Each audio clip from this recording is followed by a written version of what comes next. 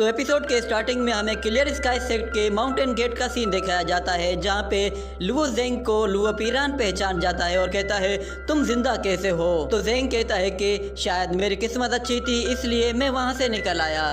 मगर फिर लुओ पीरान कहता है नहीं, तुम्हारी किस्मत बिल्कुल भी अच्छी नहीं, क्योंकि तुम वहाँ से भागकर सीधा मेरे पास आए हो। लुओ फैमिली के गुलाम होने के नाते तुमने अपना फर्ज पूरा नहीं किया और उल्टा तुमने लुओ मैनर के लोगों को भी बहुत हर्ट किया है, इसलिए आज मैं तुम्हें तुम्हारे किए की सजा देने वाला हूँ। आज तुम्हें मारकर लुओ फैमिली के प्राइड को मैं दोबारा जिंदा करूँगा। ये कहकर वो अपनी पावर्स को एक्टिवेट करता है, मगर उसका एक जूनियर कहता है मास्टर ये क्लियर स्काई सेक्ट है और यहाँ पे लड़ना अलाउड नहीं है। तो लुओ पीरान देखता है कि वहाँ पर बहुत सारे लोग हैं और सब लोग उसी को देख रहे हैं।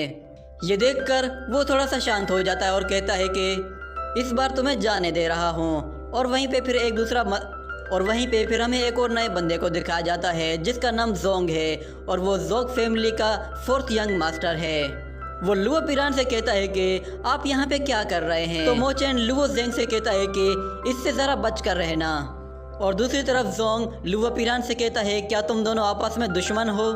तो लुओ पीरान उससे कहता है कि नहीं, ये असल में हमारी फैमिली का गुलाम है और ये वहाँ से भाग आया है। सिर्फ यही नहीं, इसने वहाँ पे बहुत सारे लोगों को इंजर्ड भी किया है, इसलिए लुओ क्लान के हेड होने के नाते मुझे इसे सजा देनी होगी, क्योंकि इसने लुओ फैमिली के साथ गद्दारी की है।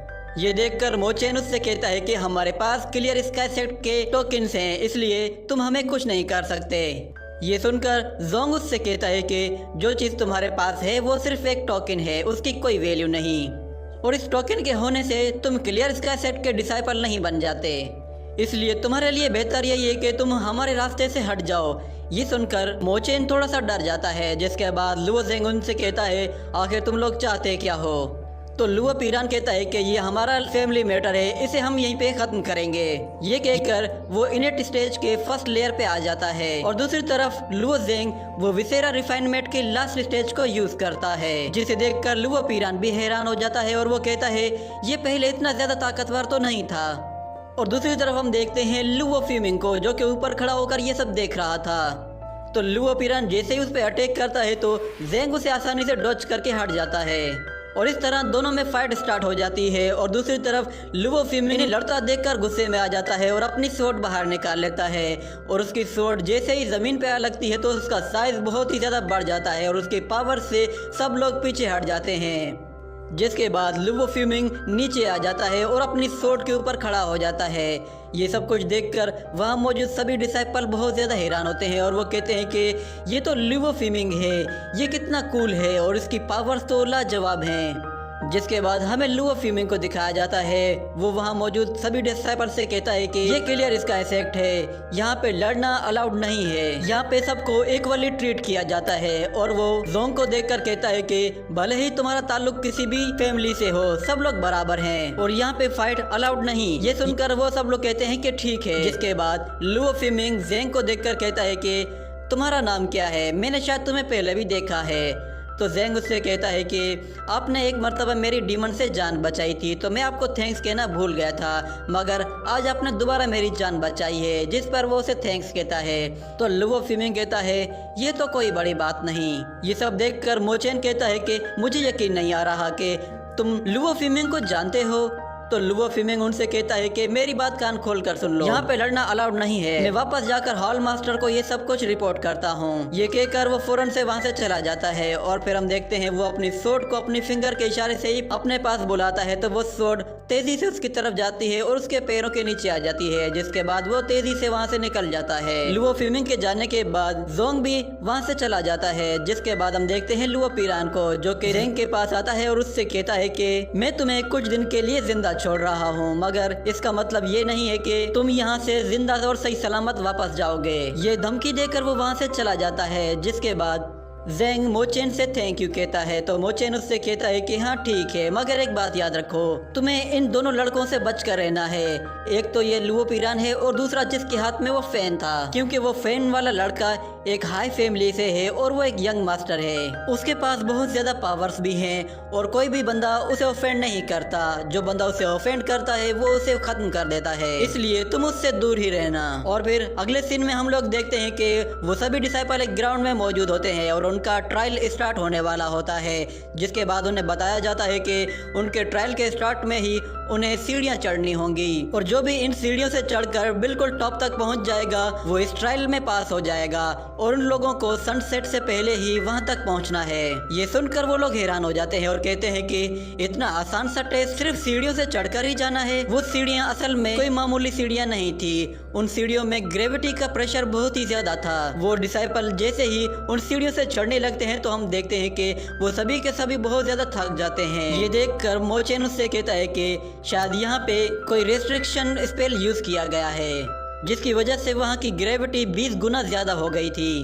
और फिर वो दोनों भी उन सीढ़ियों पे अपना पैर रखते हैं तो पैर रखते ही उन्हें वो ग्रेविटी फील होती है और जैसे ही वो लोग एक सीढ़ी से ऊपर चढ़ते हैं तो मोचेन कहता है कि इस ग्रेविटी की वजह से तो हमारी बॉडी का प्रेशर और भी ज्यादा बढ़ रहा है, हमारी बॉडी बहुत ज्यादा हैवी हो गई है। लगता है कि शायद वो लोग हमारी फिजिक्स को पहले टेस्ट करना चाहते हैं, वो लोग देखना चाहते हैं कि हम लोग फिजिकली कितना स्ट्रांग हैं और हमारी ब्रीथ कितनी काम करती है। तो मोचेन को चढ़ते हुए थोड़ी सी थकावट होने लगती है, मगर लुवो ज़ेंग आराम से वहां से चढ़ जाता है और फिर लुवो ज़ेंग उस ग्रेविटी से बाहर आ जाता है। जिसके बाद वहाँ पे हम लोग देखते हैं मोचेन उसके पीछे पीछे आता है और उसकी हालत ख़राब हो जाती है। वो लुवो ज़ेंग से कहता है आखिर तुम पर इस ग्रेविटी का असर क्यों नहीं हो रहा? तो ज़ेंग कहता है कि शायद मेरी फिजिक्स तुम्हारी फिजिक्स से कई गुना स्ट्रांग है। और फिर वो लोग थोड़ी और आगे जाते हैं तो आगे कुछ और सीढ़ियाँ होती हैं जहाँ पे ग्रेविटी 50 गुना ज्यादा होती है और अब उन लोगों को वहाँ से चढ़ना होता है। और इसी के साथ ये एपिसोड यहीं पे खत्म हो जाता है।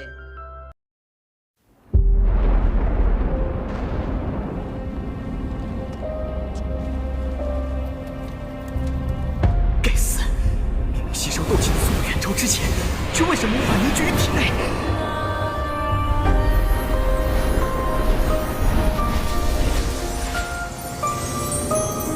小娃娃，看来你需要帮助啊！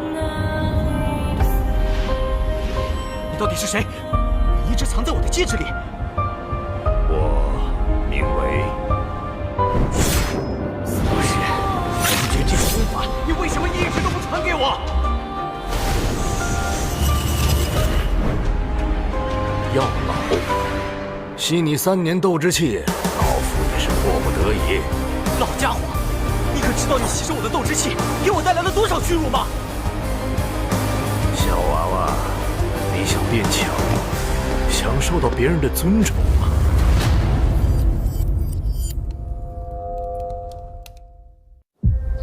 是时候前去迦南学院了。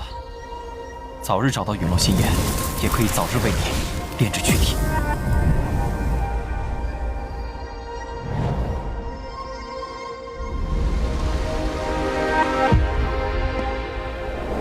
我知道萧炎哥哥一定会来的。黄阶2班，萧炎。从今天起，你的麻烦将会络绎不绝。只要有实力，猎物与猎人的位置随时都能调换。我希望我们这支新生势力能像磐石一样屹立在内院强者之列。陨落心炎的本体。还忘了告诉你，那个什么强榜第1名就是我。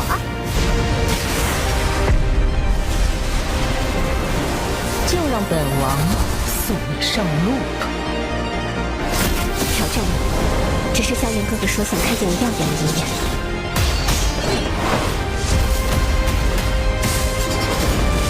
强榜前10的名额，我萧炎要定了。萧炎少爷，小姐该回家了。薰儿，等着我，我会去找你的。不管你背后势力是如何庞大与恐怖，你是我的。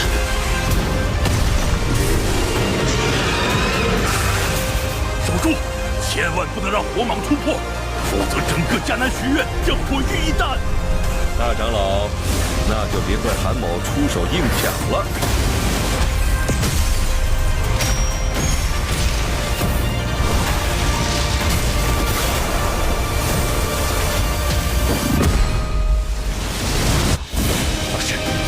清理门户的事情交给我来做。要是你，师兄会让你和老师一起永埋死地。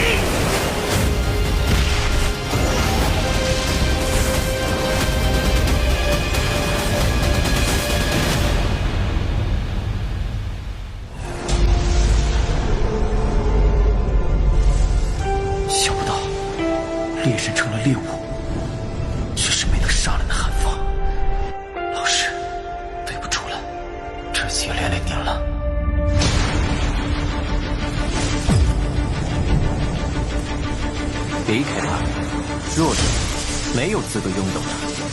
是这样的话，你就乖乖交出火芒，否则一会儿你就只能爬着进内院了。该死的，到底是什么鬼东西？既然这样，那留你还有何用？若是当年不与那人硬然定上3年之约，恐怕也不会有这个架子。今日失散，兄儿，你要走？一旦被他们锁定了位置，我们俩都会性命堪忧。所有的隐忍，只为了这一天，我已经等待了太久。今天若是你能够安然无恙地走下擂台，萧炎从此不再踏进迦南学院半步。他迟早会发现的。既然如此，就给他一个惊喜吧。今天我不会让你们两人彻底的闭上嘴。就算他还活着，你们之间也绝不可能。